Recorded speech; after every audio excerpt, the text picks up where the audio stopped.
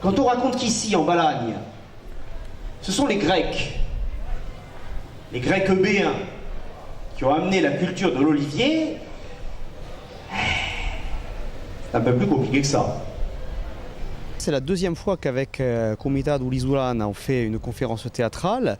Et cette année, on ne va pas rester que sur Pasquale Paoli, puisqu'on a décidé de parler de la ville, clairement. C'est-à-dire des origines mythiques, avec la mythique fondation d'Aguilar, Rubico Rochega, les Romains, jusqu'au 19e siècle, notamment avec Louis-Philippe d'Orléans, cette période où Île-Rousse vraiment devient un port, avec toutes ces lettres de noblesse, et même quelques passages de personnalité, et bien sûr la fondation officielle. Donc on essaye de faire 1000 ans d'histoire sur Île-Rousse, de façon bien sûr succincte, hein, ça va tenir en 1 heure, donc on ne peut pas non plus trop développer, mais de façon qu'on souhaite ludique et instructive en même temps. Qu'est-ce que c'est une conférence théâtrale?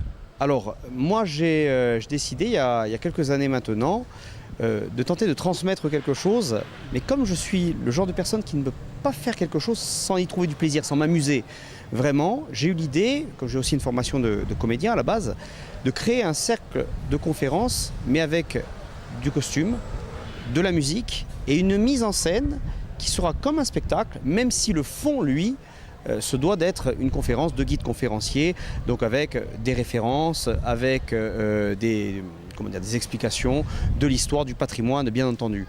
Et c'est très intéressant pour celle-ci parce que d'ordinaire, c'est souvent centré sur un personnage, Pasquale Paoli, San Piero Gorso ou autre.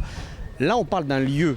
Donc il va y avoir des changements de costumes parce qu'il y a tout simplement des changements d'époque et ça nécessite voilà, une petite mise en scène comme un spectacle, mais dans le contenu on reste sur une conférence classique. Le but c'est de savoir qu'est-ce qu'on a envie de transmettre, quel est le message, quelle va être l'âme finalement, ici par exemple de la cité de Lise, qu'on va vouloir donner.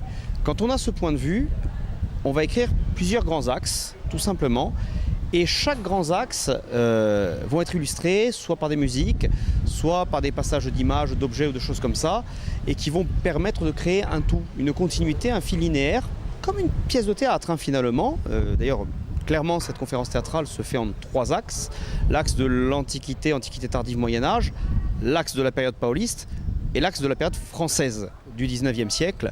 Et donc, à chaque fois, il y a des petits passages où il y a un changement de costume très simple, parce qu'il n'y a pas de coulisses, il n'y a pas de loge.